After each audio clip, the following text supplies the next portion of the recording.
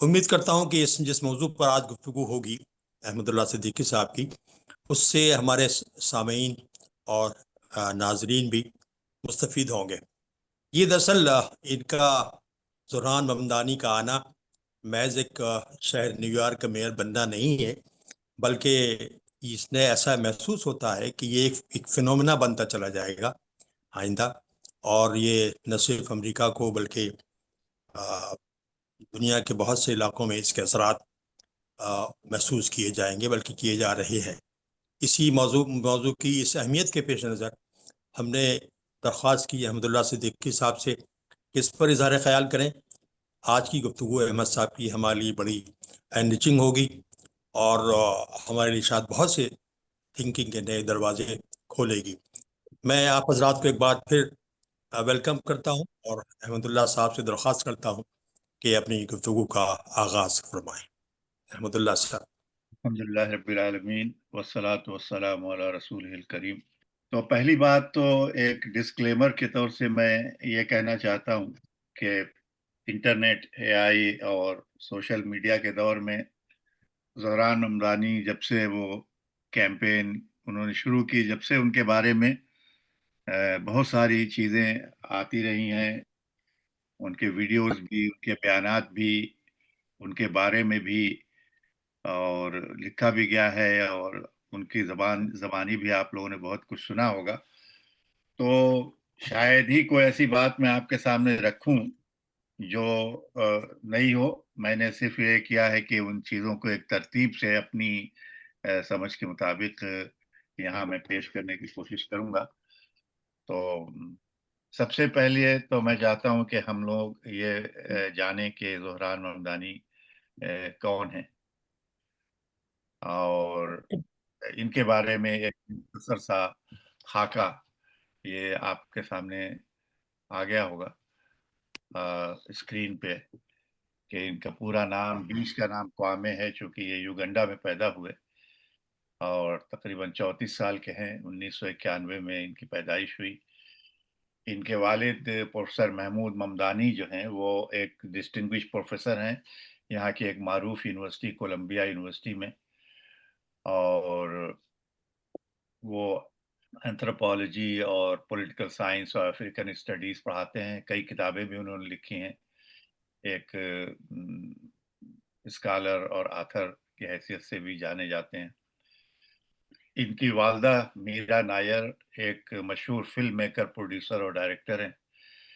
بہت ساری فلمیں اور ڈاکومنٹریز انہوں نے بنائی ہیں، اس میں جیسے جو خاصی مشہور ہیں وہ سلام بامبے 1988، مسیسپی مسالہ 1991، دا نیم سیک 2006، ریلکٹنٹ فنڈامنٹلسٹ یہ کتاب پر مبنی ایک ڈاکومنٹری ہے 2012، اینڈ دی کوئین آف کٹوا یہ 2016 میں۔ تو یہ ممدانی کے جو والدین ہیں یہ نیو یارک میں یوگنڈا سے امگریٹ ہو کر آئے جب ممدانی تقریباً 7 سال کے تھے، اور برانکس کے ایریا میں یہ لوگ سکونت پذیر ہوئے۔ وہاں برانکس ہائی اسکول سے انہوں نے ہائی اسکول پاس کیا، سائنس ان کا میجر تھا، اور پھر باؤڈوین کالج سے انہوں نے افریقن اسٹڈیز میں ایک ڈگری کی۔ ابھی حال ہی میں ممدانی نے اسی سال کے شروع میں 2025 کے شروع میں دبئی میں سیرین اوریجن کی راما دواجی سے رشتہ ازدواج قائم کیا، اور پھر یہاں کے قانون کے مطابق نیو یارک میں بھی ایک سول سیریمنی میں اس شادی کو یعنی افیشیٹ کیا۔ اپنی سوچ کے لحاظ سے مطلب یہ کہ مجھے اچھا نہیں لگتا کہ کسی کو لیبل دیا جائے، لیکن ان کی سوچ کو چند الفاظ میں رکھنے کے لیے میں نے یہ لکھا ہے کہ زہران جو ہے وہ ایک لبرل سوشلسٹ لیننگ شیعہ مسلم ہیں، اور یہ بہت ساری زبانیں بہت ہی اچھی طرح سے روانی سے بولتے ہیں، جس میں انگلش، ہندی، اردو، فرینچ، سواہیلی اور یوگنڈا کی جو لینگویج ہے لوگانڈا، یہ تمام شامل ہیں۔ یہ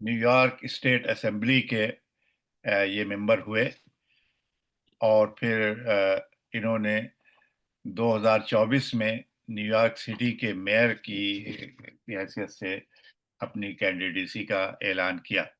تو یہ کچھ بایوگرافیکل باتیں ہیں زہران کے بارے میں. جہاں تک ان کے پولیٹیکل ایجنڈا اور ان کے پولیٹیکل پلیٹ فارم کا تعلق ہے تو انہوں نے ایک پیپلز ایجنڈے پر اپنے کیمپین کا آغاز کیا اور اپنے کو نیو یارک کے تمام باشندوں کا ایک میئر کی حیثیت سے پروجیکٹ کیا. ہر طرح کے لوگ، ہر شیڈز کے، ہر اوپینین کے، ہر کلر کے، ہر ریس کے، ہر اورینٹیشن کے، ہر مذہب کے اور ہر ایتھنیسٹی کے. تو جو موٹا موٹا جو خاص میجر ان کا جو پلیٹ فارم تھا اس میں رینٹ فریز افورڈیبل رینٹلز ان نیو یارک سٹی. ابھی آپ کو کے سامنے میں کچھ اور باتیں رکھوں گا تو اس سے سمجھ میں آئے گا کہ یہ کیوں اتنا بڑا مسئلہ ہے کہ انہوں نے اس کو پرائرٹی دی. Fare free local trains, buses and river transport. چونکہ نیو یارک 5 بروز میں پر مشتمل ایک شہر ہے تو اس کے بیچ میں ریور سے بھی یعنی شپ سے بھی ٹرانسپورٹیشن ہوتا ہے. لوگ روزانہ کی بیسس پہ مین شہر میں آتے ہیں جاتے ہیں. پھر free universal child care, city owned cooperative style grocery stores. اور انہوں نے یہ بھی کہا کہ جو منیمم ویج یعنی فیڈرل لیول پہ تو منیمم ویج $12 پر آور ہے. بہت سارے جو ڈیموکریٹک اسٹیٹس ہیں اور شہر ہیں وہاں پہ یہ بڑھا کے $15 $18 اور کہیں کہیں پہ $20 پر آور بھی ہو گیا ہے. لیکن زہران نے کہا کہ یہ چاہتے ہیں کہ گریجولی اس کو اور بڑھایا جائے اور $30 پر آور منیمم ویج 2030 تک کیا جائے. اور اسی کے ساتھ ساتھ انہوں نے یہ بھی کہا کہ جو نیو یارک میں بہت امیر ترین لوگ ہیں ان کو ٹیکس زیادہ پے کرنا چاہیے اور ان کو اپنی دولت میں دوسرے جو لیس پریویلیج لوگ ہیں ان کو شراکت دار بنانا چاہیے. عالمی پیمانے پہ انہوں نے گلوبلی ڈیناؤنس کیا، مذمت کی سخت ترین الفاظ میں غزہ میں اسرائیلی جینوسائیڈ کی. اور اسی کے ساتھ ساتھ بار بار اس بات کو دہرایا کہ نتنیاہو کو، اسرائیلی وزیر اعظم کو انٹرنیشنل کورٹ آف جسٹس نے ایک جنگی مجرم قرار دیا ہے، جینوسائیڈ کا مجرم قرار دیا ہے. تو اگر وہ یہاں پر نیو یارک میں آتے ہیں تو وہ ان کو اریسٹ کریں گے.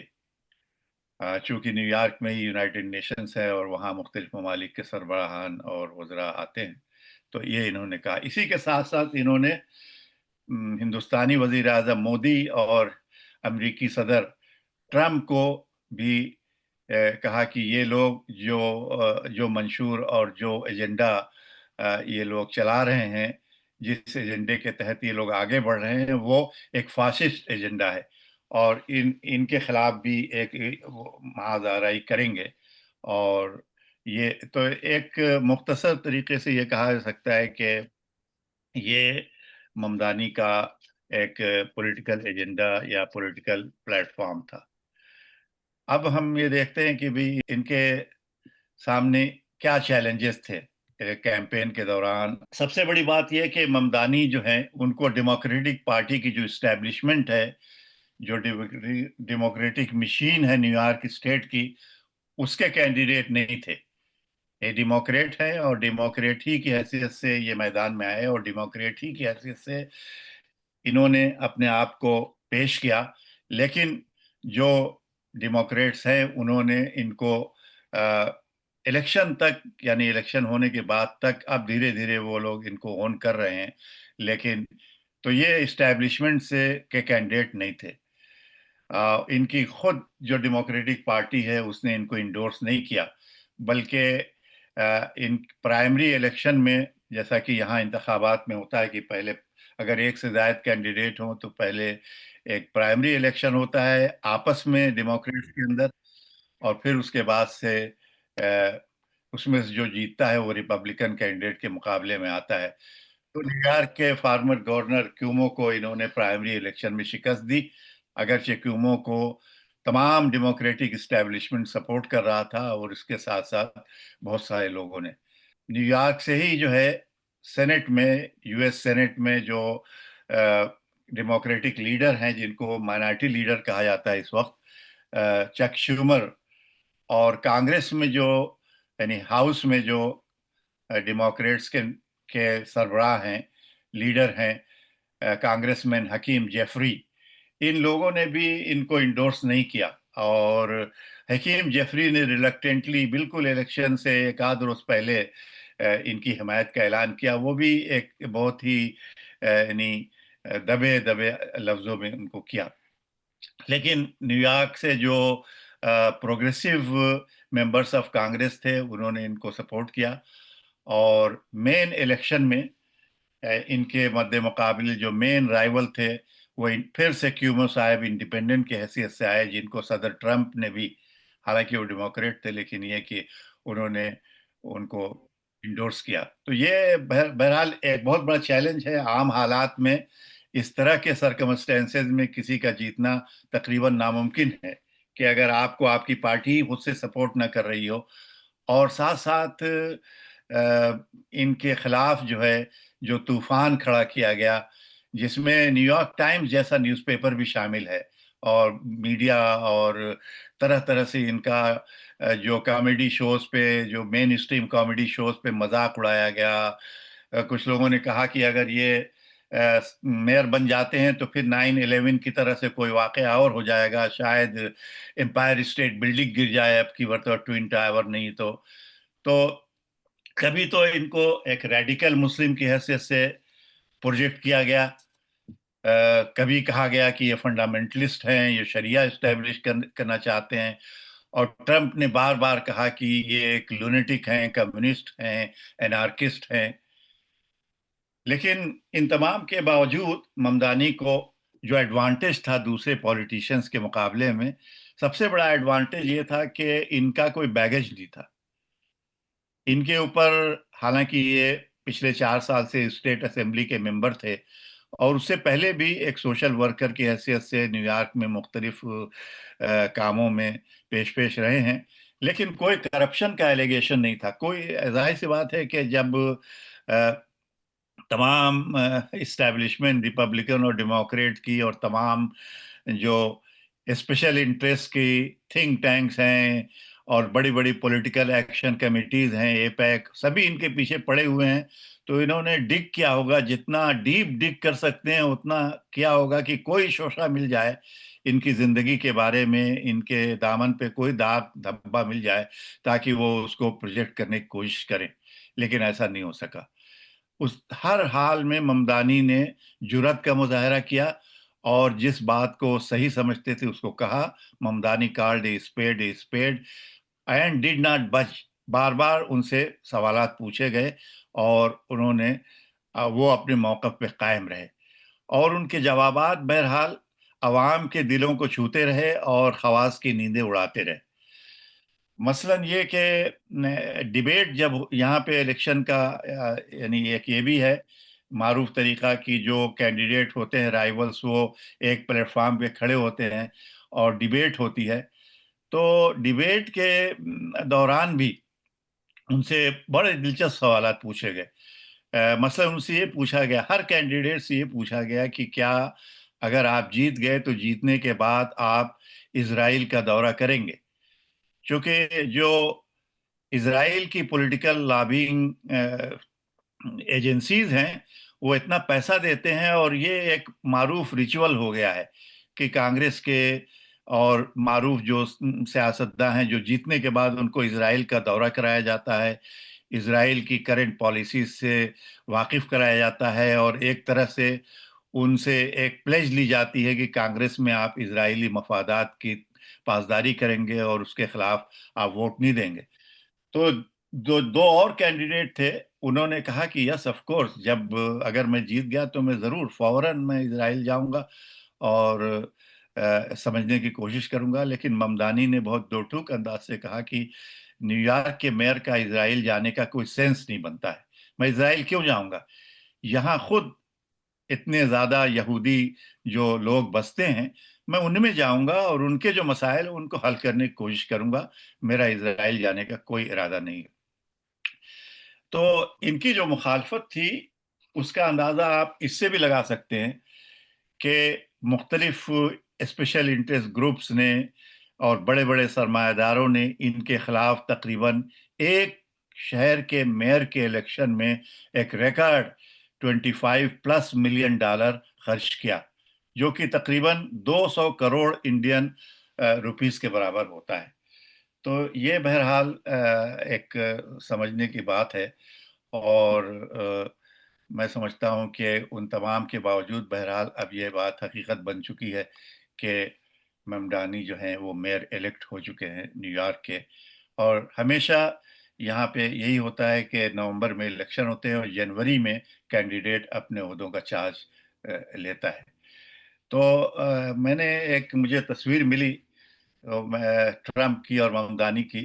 تو الیکشن سے پہلے دونوں کا رویہ ایک دوسرے کے بارے میں کیا تھا، وہ اس تصویر سے آپ کو بخوبی اس کا اندازہ ہو جائے گا کہ بار بار گروننگ اور بار بار ایک فیوریس انداز سے اسپننگ کرنا ٹرمپ کا ممدانی کے خلاف، اور ممدانی ایز یوزول اس کو دیکھ سکتے ہیں کہ اسی انداز سے یہ جو چہرہ ہے یہ پورے ایک نقطہ نظر کی ایک ذہنی کیفیت کی غمازی کرتا ہے دونوں کے چہرے.